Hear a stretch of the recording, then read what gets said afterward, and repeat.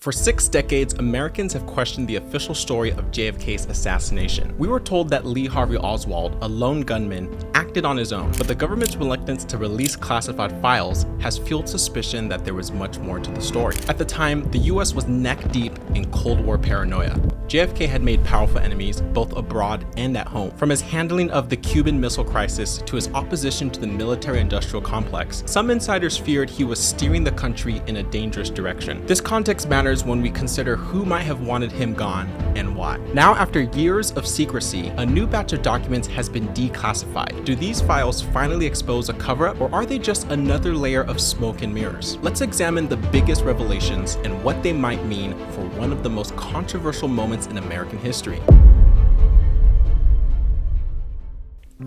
The CIA had foreknowledge of Oswald but didn't stop him. One of the most striking revelations from these files is that the CIA and FBI were actively monitoring Lee Harvey Oswald before the assassination. Newly released intelligence reports confirm that Oswald was under surveillance for months. He had contact with Soviet and Cuban officials in the weeks leading up to November 22, 1963. This coincides with what was already known, that Oswald took a mysterious trip to Mexico City just weeks before the assassination, visiting both the Cuban and Soviet embassies. CIA surveillance picked up his movements, but details of his actions there remain murky, and some of the tapes and photos from the trip were either lost or never released. The FBI even intercepted a phone call Oswald made to the Soviet embassy just weeks before JFK was shot. So if the US intelligence agencies were aware of Oswald's movements, why wasn't he stopped? Some argue that it was government incompetence, but others see a more troubling possibility, that intelligence agencies deliberately allowed these events to unfold. This raises a critical question. Was Oswald just an unstable individual that slipped through the cracks? Or was he being watched for a reason? Beyond US intelligence, it appears that foreign governments may have had prior knowledge of the assassination. Soviet intelligence reportedly warned US officials about a potential plot against JFK. Declassified memos suggest that Cuban officials were aware of Oswald's erratic behavior. There were even rumors that Fidel Castro's government had a motive, retaliation for the CIA's multiple attempts to assassinate him. If foreign leaders had an idea that something was coming, why didn't the US do more to protect Kennedy? This opens the door to another possibility. Did the CIA or FBI ignore foreign warnings because they were complicit in covering something up? Which comes to my next point. For decades, the official narrative has been that Oswald acted alone, but these new documents challenge that idea. Some files suggest Oswald had deeper ties to intelligence agencies than previously admitted. We also know that the FBI erased recordings of Oswald after the assassination, but why would they do that unless there was something to hide? Several witnesses also claim to have seen multiple shooters, yet their statements were ignored. In Dealey Plaza that day, over 40 witnesses reported hearing shots from locations other than the Texas School Book Depository. Yet these accounts were largely dismissed by investigators. Some even claimed they were pressured to stay silent or alter their statements. The Warren Commission's 1964 report shut down any real debate about a larger conspiracy. But if Oswald had ties to an intelligence agency and was in contact with other powerful figures, can we still say with certainty that he acted alone? Not only that, other names appeared in these files, but Oswald remained the only suspect the entire time. In 2017, President Trump ordered the release of thousands of JFK files, but even then, some documents remained classified. During the Biden administration, small batches of files were released and then further delayed due to the coronavirus. Yet certain crucial documents were still being withheld. The government claimed this was for national security reasons. But let's think about that for a moment. Why would information about an event from 1963 still pose a national security risk? Some files were redacted or outright destroyed decades ago. Others remain classified despite multiple presidential promises of transparency. National Archives has admitted that some records may never be released. If the official story is the truth, what could possibly be so dangerous about letting the public see everything? But perhaps the most chilling revelation is the possibility that the deep state orchestrated a cover-up from the beginning. The new files confirm that intelligence officials immediately pushed the lone gunman theory before a full investigation had even begun. A former CIA officer admitted that suppressing the truth was necessary to maintain public order. Some key witnesses were silenced and evidence mysteriously disappeared. We have to ask, was this just about protecting the country from instability, or was it about burying the truth? Many have long suspected that powerful forces within the government manipulated the official story to prevent further scrutiny. And now these files provide even more evidence that key details were deliberately hidden.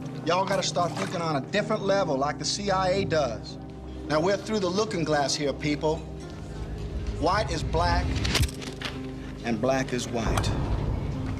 Just maybe Oswald is exactly what he said he was. a patsy. So what exactly do these newly released files tell us? The CIA and FBI were tracking Oswald but didn't stop him. Foreign governments may have had prior knowledge of the assassination. Oswald may not have acted alone despite the official narrative. The government is still withholding key documents after 60 years. There's mounting evidence that the intelligence community shaped the narrative. And finally, there's mounting evidence that the intelligence community shaped the narrative. The question now is, why? If the official story was true, there should be no need for secrecy.